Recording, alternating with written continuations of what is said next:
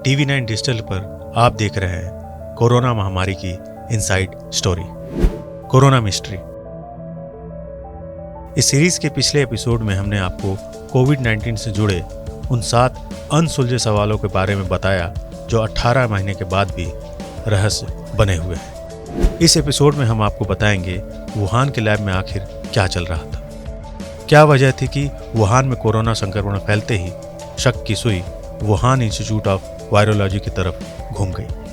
Lab से virus leak होने की आशंका क्यों उठी? क्या वुहान में कोरोना वायरस पर प्रयोग किए जा रहे थे? सच जानकर आप भी हैरान रह जाएंगे।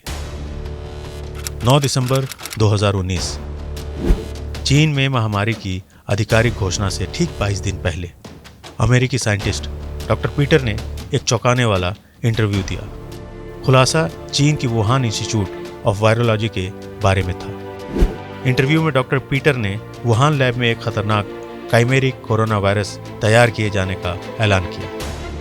उन्होंने बताया स्पाइक प्रोटीन में फेरबदल कर एक ऐसा कोरोना वायरस बना लिया गया है जो मानव कोशिकाओं वाले चूहों को संक्रमित कर देता है। इन चूहों पर एक्सपेरिमेंट से पता चलता है कि इंसान के किस अंग पर वायरस का कितना घातक असर हो सकता है। कितना खतरनाक था वुहान में बना काइमेरा कोरोना वायरस।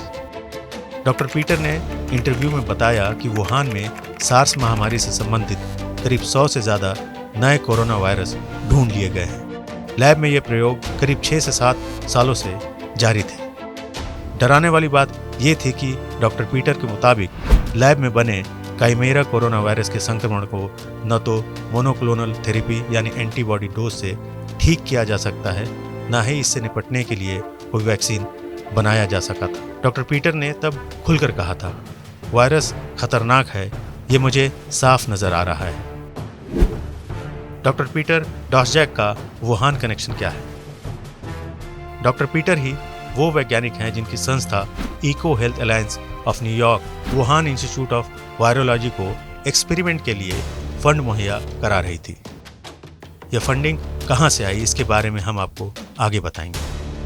लेकिन डॉक्टर पीटर के इंटरव्यू से 2 बातें साफ हो चुकी थी।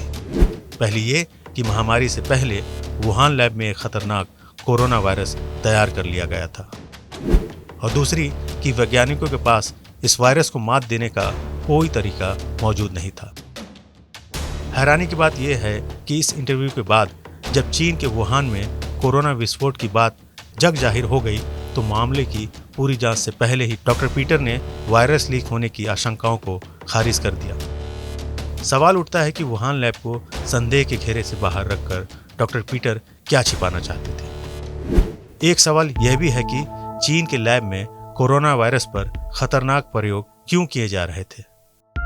वायरोलॉजिस्ट इसके जवाब में गेन ऑफ फंक्शन एक्सपेरिमेंट का हवाला देते हैं, जिसे आसान शब्दों में वायरस की संक्रमण क्षमता बढ़ाने वाला प्रयोग कहा जाता है।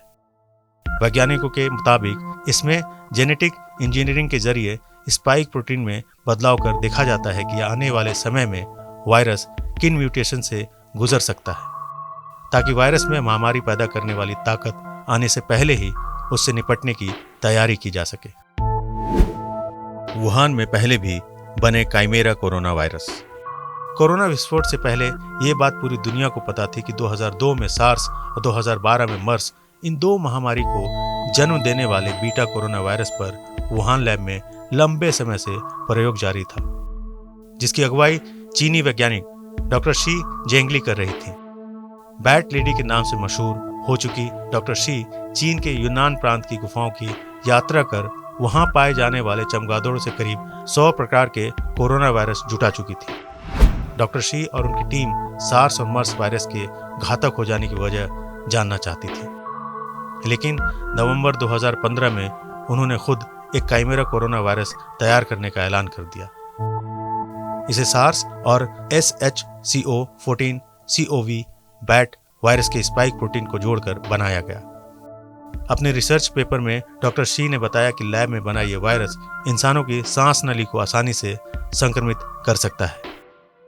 अब सवाल ये उठता है, क्या 2015 में काइमेरा कोरोना वायरस के सफल प्रयोग के बाद डॉक्टर शी ने 2019 में कोविड-19 वायरस भी बना लिया?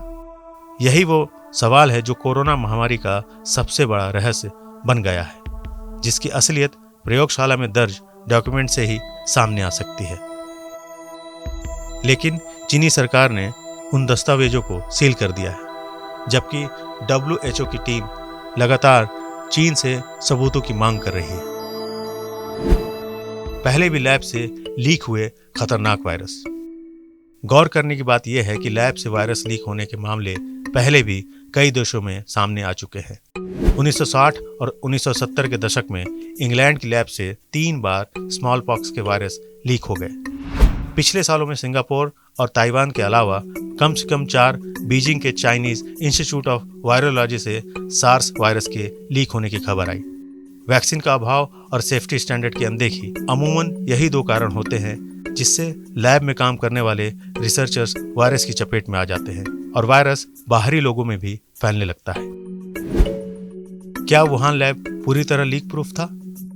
वायरस पर होने वाले प्रयोग रिस्क के हिसाब से 4 तरह के बायो सेफ्टी लेवल वाले लैब में किए जाते हैं। जैसे कि इबोला जैसे बेहद खतरनाक वायरस की स्टडी सिर्फ BSL-4 लैब में होती है, जिसमें वैज्ञानिक स्पेस सूट में अपने प्रयोग बंद कैबिनेट में करते हैं। लेकिन इस बात के सबूत हैं कि 2020 से पहले चीन में सार्स और मर्स वायरस से जुड़े सभी प्रयोग BSL-3 लैब में और दूसरे बैड कोरोना वायरस के एक्सपेरिमेंट BSL-2 लैब में होते थे।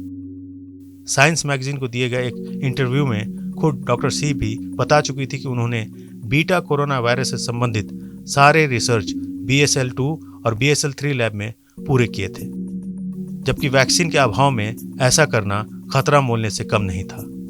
तो क्या वाकई वुहान लैब में वैज्ञानिक कोविड संक्रमित हो गए? 15 जनवरी 2021 को अमेरिकी विदेश मंत्रालय ने दावा किया कि महामारी से महीनों पहले वुहान इंस्टीट्यूट ऑफ वायरोलॉजी में कई रिसर्चर्स कोविड-19 के लक्षणों के साथ बीमार हो गए थे। बाद में खुफिया सूत्रों के हवाले से अमेरिकी विदेश मंत्रालय के पूर्व सलाहकार डेविड एसर ने भी बताया कि वुहान के BSL-3 लैब में काम करने वाले 3 लोग 1 हफ्ते के अंदर कोविड की चपेट में आ गए, जिन्हें अस्पताल में भर्ती कराना पड़ा। हाल में ही अमेरिकी अखबारों ने भी खुफिया रिपोर्ट के हवाले से यह खबर दी, जिसके बाद अमेरिका के top health expert doctor Anthony Fauci ने भी मामले की पूरी जांच का समर्थन किया। उधर चीन लगातार इन खबरों का खंडन कर रहा है, लेकिन लाखों मौत की वजह बने वायरस की हकीकत तो दुनिया के सामने आनी ही चाहिए। कोरोना मिस्ट्री के अगले एपिसोड में हम आपको बताएंगे कोविड-19 महामारी के 4 संभावित गुनहगार कौन हैं। कैसे चीन के साथ साथ अमेरिका भी अब सवालों के घेरे में आ गया है। आपको कैसा लगा हमारा ये एपिसोड? कमेंट सेक्शन में ज़रूर बताएं।